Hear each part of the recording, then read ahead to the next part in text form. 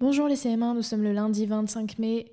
Je suis contente de vous retrouver pour une nouvelle semaine. Donc je vais vous laisser écrire la date, écrire lecture, faire les traits rouges et je vous laisserai un petit temps pour lire ce tout petit texte de Michel Tournier qui s'appelle Amandine ou les deux jardins. Ensuite, vous avez les 6 petites questions sur la droite. Donc je vous laisse aussi les lire et prendre le temps d'y répondre. Et on se retrouve après pour la correction.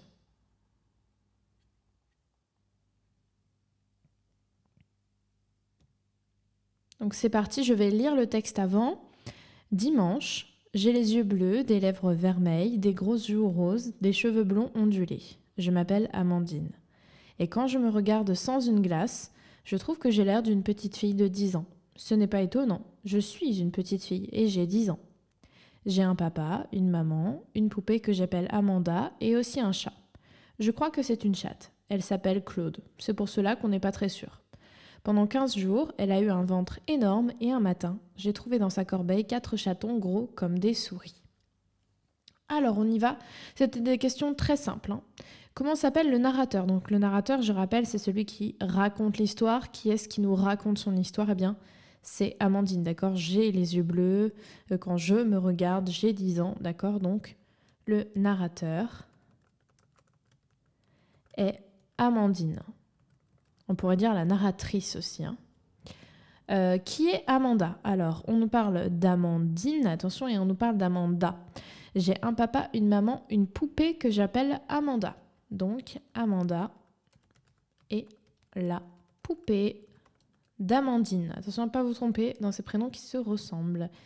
Qui est Claude? Je crois que c'est une chatte, elle s'appelle Claude. Donc, Claude est là, on peut citer la chatte d'Amandine. Pourquoi l'a-t-elle appelée Claude? Alors, je crois que c'est une chatte, elle s'appelle Claude, c'est pour cela qu'on n'est pas très sûr. Donc, est-ce que c'est elle qui l'a appelée Claude? On ne sait pas, mais elle s'appelle Claude car on peut citer le texte qui est ici, on n'est pas très sûr. On n'est pas très sûr de son sexe, d'accord? On ne sait pas si c'est un chat ou une chatte, d'accord? Donc Claude, c'est un prénom qui convient autant pour les garçons que pour les filles. Que s'est-il passé un matin? Vous avez vu, un matin est entre guillemets, ça veut dire que c'est un morceau du texte. Donc il faut aller retrouver dans le texte où c'est écrit. Et un matin. Donc c'est ici. Pendant 15 jours, elle a eu un gros ventre et un matin, j'ai trouvé dans sa corbeille 4 chatons gros comme des souris. Donc ce qu'on peut faire, c'est qu'on va citer le texte nous aussi. Un matin, on va pas citer là parce que ça y est pas, Amandine, et là on cite, a trouvé dans sa corbeille, d'accord, la dernière phrase, 4 chatons gros comme des souris.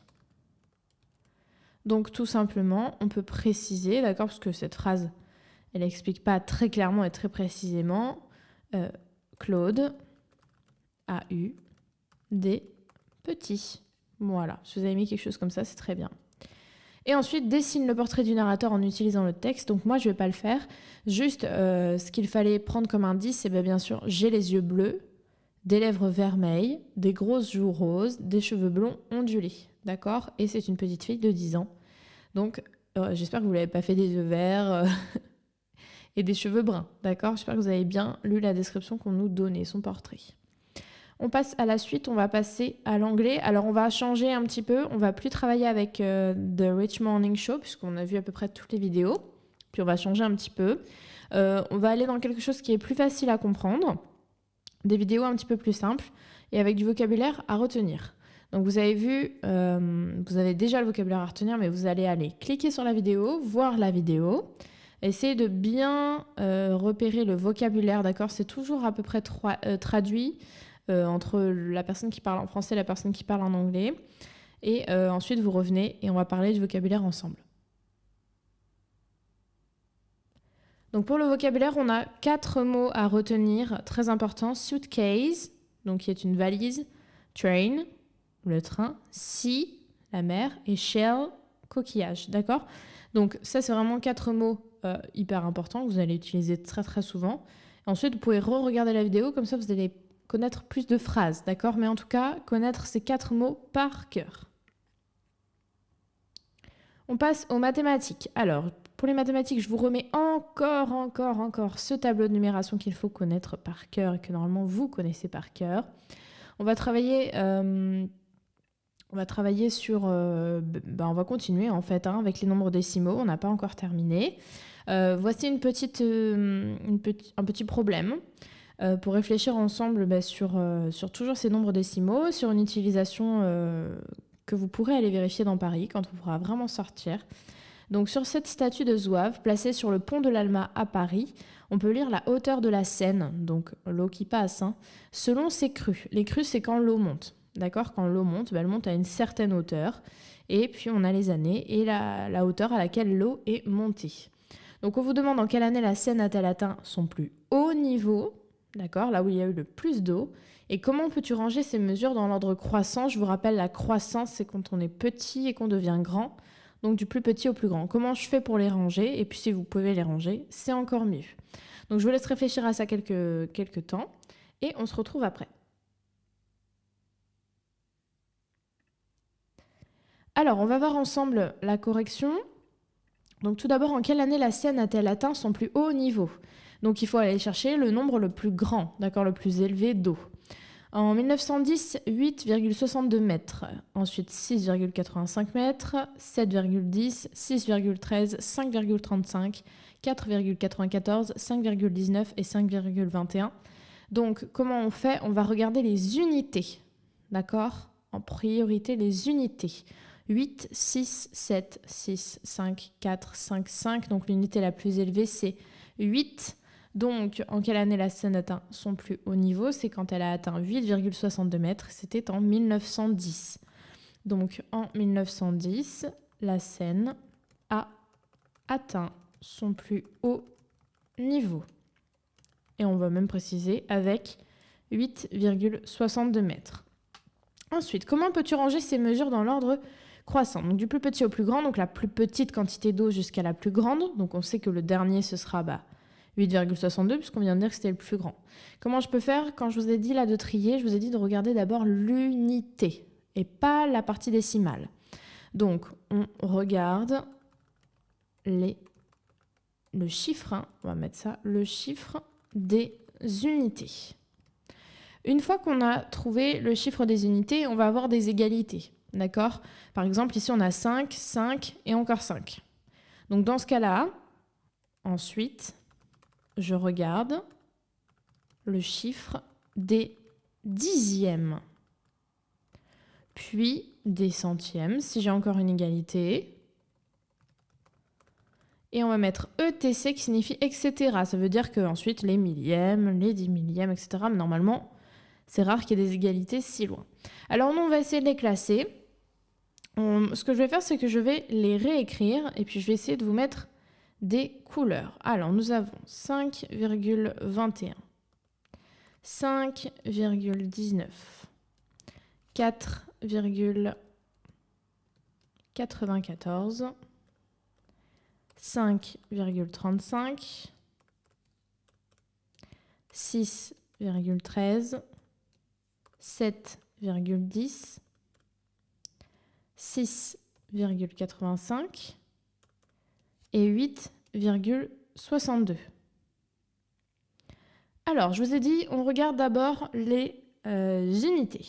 Comme on regarde d'abord les unités, hop, moi je vais mettre ici les unités. On regarde le chiffre des unités et on va aller chercher le plus petit, du coup, vu qu'on fait du plus petit au plus grand, donc on va mettre les unités dans une autre couleur. Allez, on va les mettre en bleu. Donc j'ai 5. 5. Pour l'instant, mon plus petit, c'est 5 du coup. 4. Ah, j'ai plus petit. Mon plus petit, c'est 4. 5, mais mon plus petit, c'est toujours 4. 6, ça change rien.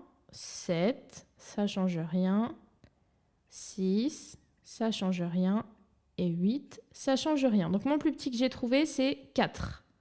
Mon chiffre des unités le plus petit, c'est 4. Est-ce que j'ai une égalité? Est-ce que j'en ai un autre? Non, j'en ai un seul. Donc c'est bien lui le plus petit. 4,94. Alors, ce que je vais faire, c'est que je vais l'effacer. Comme ça, on n'en parle plus. Ensuite, on va aller regarder les unités des autres. Donc j'ai 5, 5, 5. Pour l'instant, c'est petit. 6, c'est plus grand, on s'en fiche. 7 aussi, 6 et 8. Donc j'ai 5,35, 5,19 et 5,21. Je regarde le chiffre des dixièmes. Donc je vais le mettre dans une couleur. On va le mettre en orange. Ah, vous n'y voyez rien en orange, donc on ne va pas mettre en orange. On va mettre en rouge, allez. Donc j'ai 2, j'ai 1 et j'ai 3. Quel est le plus petit? C'est le 1, d'accord? 5,19. Je n'ai pas eu d'égalité, donc je ne regarde pas plus loin. 5,19. Je l'enlève. Ensuite, j'ai 5,21, 5,35. J'ai 2 dans les dixièmes et 3 dans les dixièmes. Quel est le plus petit? Le 2, donc 5,21. Je le supprime. Il me reste 5,35 qui est resté tout seul. Hop, et je vais refaire mon travail où je regarde les unités. J'ai 6, 7, 6 et 8. Donc le plus petit, c'est 6. J'ai donc 6,13 et 6,85. J'ai une égalité sur l'unité. Donc je vais aller regarder les dixièmes. J'ai 1 dixième ici et 8 dixièmes ici. Quel est le plus petit? 6,13. Puisque 1 est plus petit que 8. Ensuite, j'aurai 6,85, bien sûr. Hop, je les enlève. Il me reste 7,10, 8,62. Je regarde les unités. 7 est plus petit que 8, donc 7,10. Et pour terminer, 8,62. Et on le savait puisqu'on avait vu que le plus haut niveau, c'était bien 8,62. D'accord, donc toujours le chiffre des unités. Si j'ai égalité, le chiffre des dixièmes. Si j'ai égalité, le chiffre des centièmes, etc. D'accord ? On va continuer ensemble.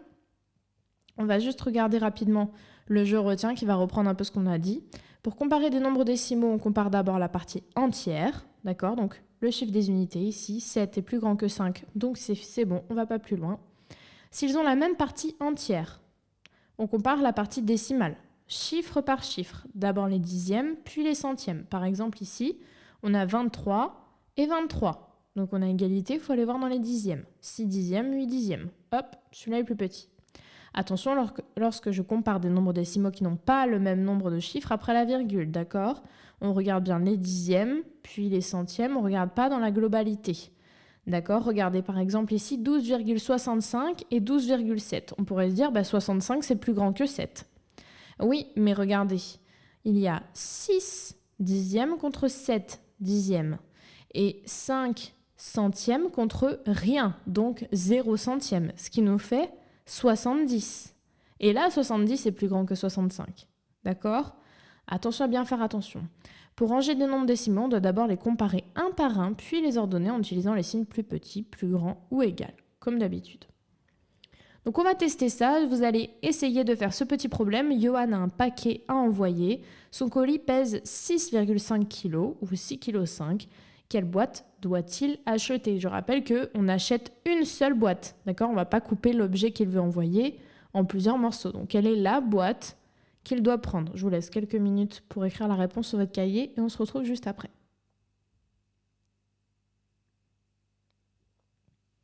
Donc, si son colis pèse 6,5 kg, ça veut dire qu'il pèse 6 kg plus 1 demi-kilo.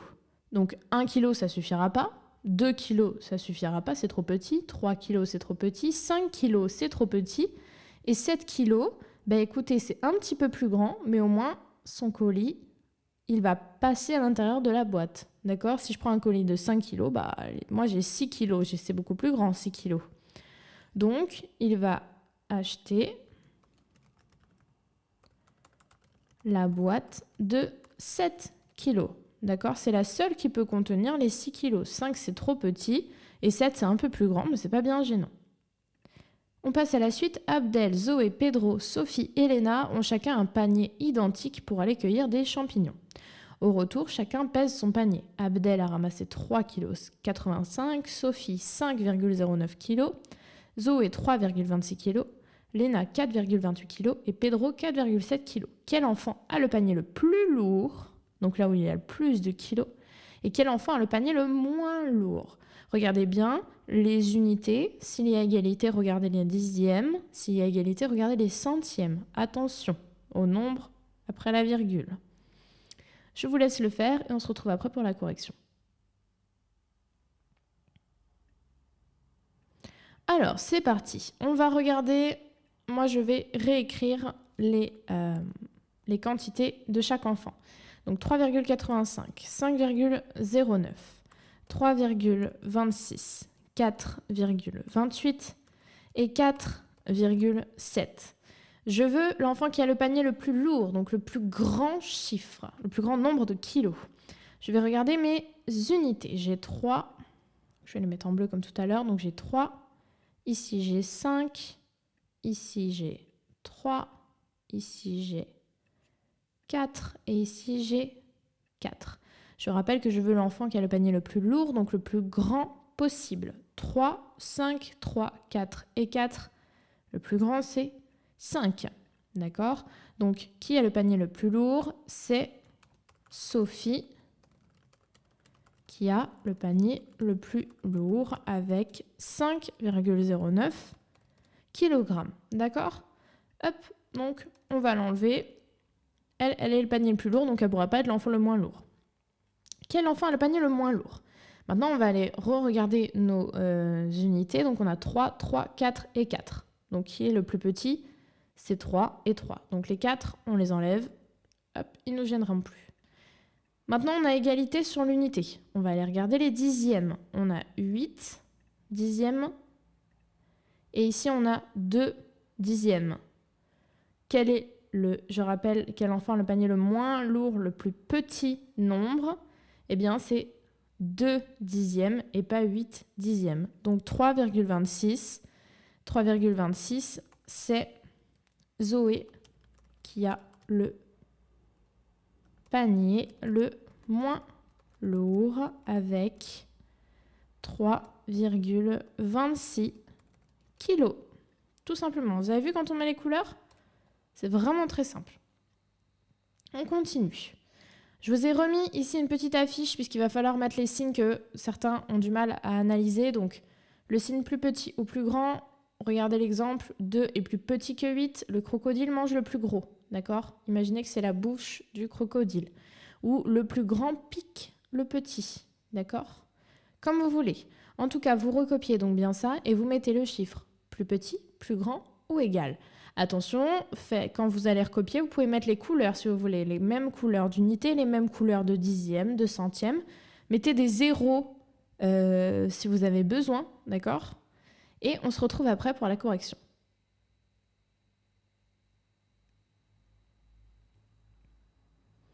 Alors, on corrige le premier. Donc moi, je ne vais pas pouvoir mettre les couleurs parce que c'est une image, mais je vais vous expliquer à chaque fois.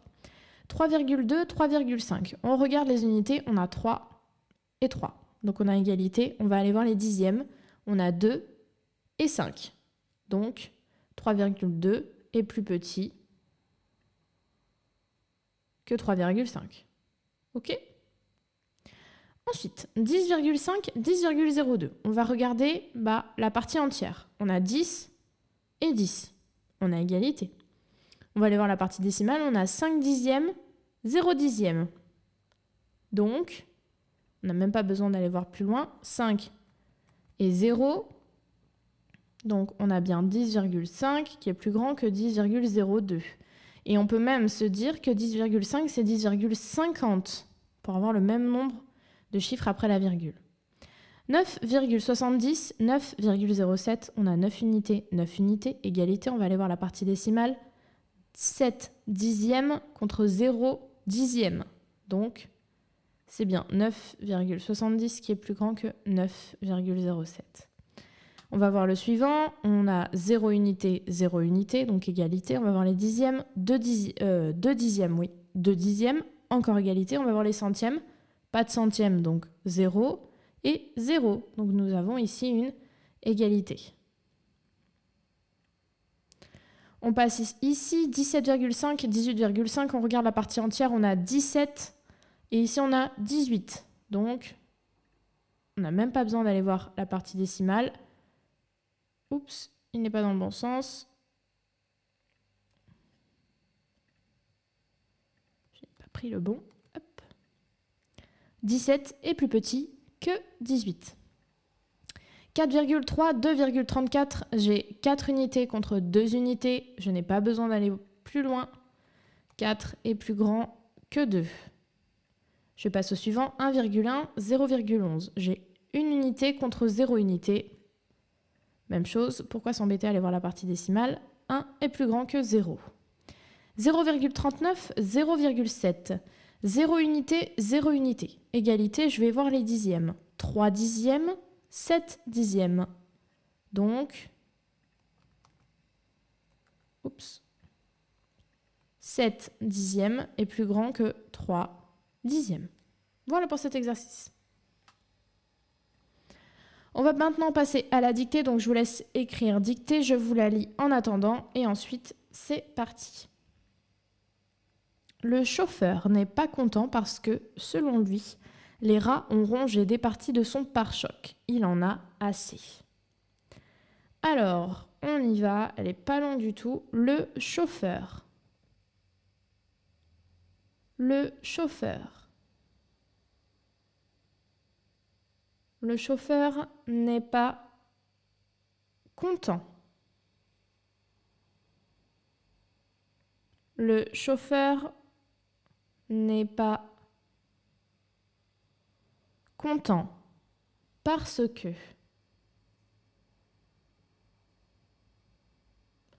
Le chauffeur n'est pas content parce que.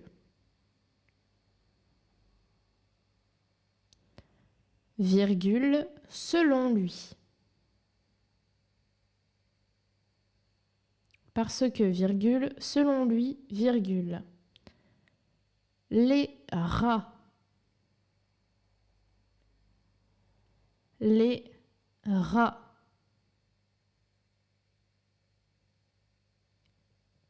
Les rats ont rongé.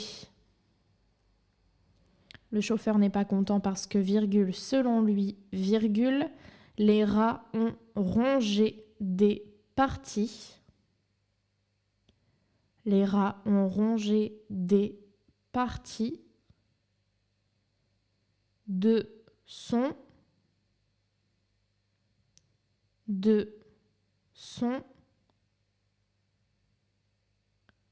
pare-choc. Les rats ont rongé des parties de son pare-choc. De son pare-choc. Point. Il en a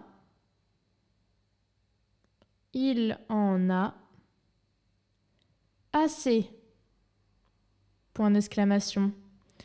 Les rats ont rongé des parties de son pare-choc. Point. Il en a assez. Point d'exclamation. Alors, je la relis en entier. Le chauffeur n'est pas content parce que, virgule, selon lui, virgule, les rats ont rongé des parties de son pare-choc. Point. Il en a assez. Point d'exclamation. Je vous laisse tout vérifier. Attention, peut-être que le mot pare-choc va vous poser problème, mais c'est pas grave. Vous pourrez le recopier, bien l'enregistrer dans votre cerveau. Attention au passé composé qui est caché là. Et c'est parti, je vous l'affiche. Donc, je vous ai souligné à chaque fois sujet-verbe. Le chauffeur n'est pas content. Attention à 2 F à chauffeur. Parce que selon lui, les rats, on n'oublie pas le S, ont rongé, auxiliaire, avoir, donc je n'accorde pas, ont rongé des parties de son pare-choc. Attention, pare-choc, il en a assez. Voilà, tout simplement. On passe à la suite. Alors, on va plus faire le calcul posé. Je pense que maintenant, vous êtes au top. Puis de toute façon, dans les mathématiques qu'on fait, il y en aura. On va travailler sur quelque chose qui n'est pas facile à travailler à distance, mais vous allez voir. On va travailler sur du codage. Peut-être que vous en avez déjà fait l'année dernière ou avant. On va travailler sur Scratch. Donc Scratch, c'est un petit logiciel en ligne. Vous n'avez rien à télécharger. Vous allez juste sur Internet. Mais vous allez voir, ça va être tout expliqué. Scratch, donc c'est ce petit bonhomme et on peut lui faire des choses. On peut le faire avancer, on peut le faire sauter, on peut le faire des petits jeux vidéo, etc. Avec ces blocs qu'on appelle des briques. Qu'il faut assembler d'une certaine manière, un petit peu comme quand les vrais créateurs de jeux vidéo créent des jeux vidéo. Voilà, ils utilisent aussi un petit peu ce genre de choses. Vous allez aller sur Lumni, sur le lien que je vous ai mis dans la description, qui vous amènera sur Lumni, avec un YouTuber qui s'appelle Micode, donc qui sait très bien coder, et qui va vous expliquer comment créer un jeu vidéo pas à pas. Donc ce sera par petites étapes. Chaque jour, je vous mettrai une petite vidéo pour arriver à créer le petit jeu vidéo qu'il va vous montrer. Ce qu'il faut, c'est être très attentif à ce qu'il fait. Il explique très bien. Il va vous expliquer que des fois, il faut mettre pause ou revenir en arrière, il faut réessayer, etc.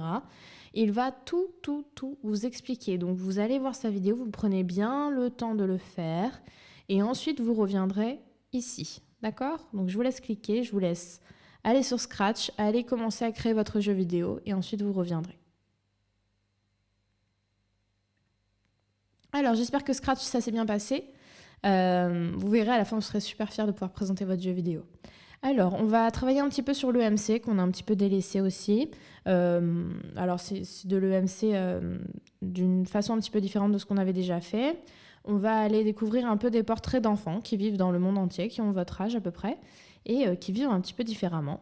Pour commencer, on va aller en Italie. Vous allez découvrir 3 petits garçons qui vont vous expliquer un petit peu ce qu'ils font dans la vie. Voilà. Vous verrez tout ça. Ensuite, vous allez revenir et puis vous essaierez de répondre à ces 4 questions. Donc, par écrit sur votre cahier, c'est pas la peine de les recopier, mais vous essaierez de répondre à ces 4 questions. Et si vous avez besoin, vous pourrez retourner sur la vidéo pour chercher la réponse à l'intérieur. Faites bien attention au prénom des garçons. Je vous laisse aller la voir et on se retrouve juste après. Alors, de quel pays viennent 6 enfants ? Ça, c'est très facile. 6 enfants viennent d'Italie, d'accord ? C'est ce dont on nous parle dans toute la vidéo. Je vais vous le mettre en vert pour que vous puissiez bien repérer. Donc, si vous êtes trompé, vous recopiez la correction. Où chante-t-il ? Alors, il chante à la chapelle Sixtine. Vous pourrez aller voir sur Internet, qui est magnifique. Pour qui chante-t-il ? Alors, il chante pour les messes, d'accord, religieuses. Mais ils vous disent dans la vidéo qu'ils chantent pour le pape, d'accord ? Le pape qui est un petit peu le représentant, le chef de la religion catholique. Voilà. Donc eux, ils chantent. C'est là où est le pape, en fait, la chapelle Sixtine. Donc c'est pour ça qu'ils disent qu'ils chantent pour lui. Quel métier souhaite faire Francesco ? Alors, Francesco, c'est le premier. Et Riccardo, c'est le deuxième. Alors, le premier veut faire pilote, comme son père, vous l'avez sûrement entendu dans la vidéo. Donc Francesco veut être pilote et Riccardo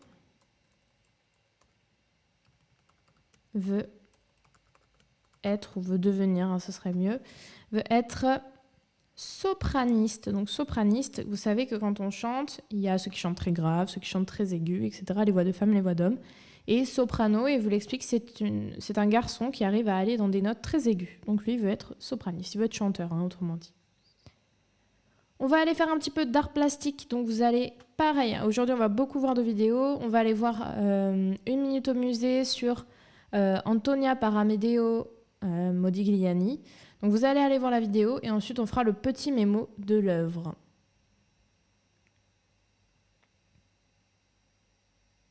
Donc j'espère que tu reviens de la vidéo. Premièrement, on va dessiner l'œuvre. Donc vous allez essayer de redessiner Antonia. Vous allez écrire en dessous le titre, donc Antonia, son auteur, Amedeo Modigliani, et la date, 1915. Et vous allez recopier cette petite légende qui permettra de se rappeler de ce qui est très important avec cette œuvre. Donc je te laisse mettre pause pour avoir le temps de recopier. Ensuite, on va terminer là-dessus, culture générale et géographie, donc même chose. Vous allez cliquer, vous allez aller voir Scooby-Doo qui cette fois se balade en Roumanie. Comme là ça fait 2 fois que vous l'avez fait, vous allez ensuite sur votre cahier écrire 5 choses que vous avez apprises sur la Roumanie. Donc moi je vous ai fait un exemple, la Roumanie est bordée par la mer Noire. Voilà un exemple d'information qu'on apprend sur la Roumanie. Donc par exemple choisissez 5 et vous faites 5 phrases sur ce pays. Et ensuite, nous aurons terminé. Donc, je vous laisserai aller voir la vidéo sur Scooby-Doo et le faire. Et n'oubliez pas, s'il vous plaît, de m'envoyer dès ce soir, dès même maintenant, quand vous allez envoyer votre travail, envoyez-moi une photo de votre pot test et de votre pot témoin de vos plantations. C'est très important. C'est soit vous l'envoyez là, soit on ne pourra pas travailler dessus. Donc, je prendrai ceux que j'ai reçus. Envoyez-moi une photo de votre pot test, une photo de votre pot témoin, pour qu'ensuite je puisse les mettre et qu'on travaille dessus demain. Donc, je vous remets Scooby-Doo et je vous dis à demain.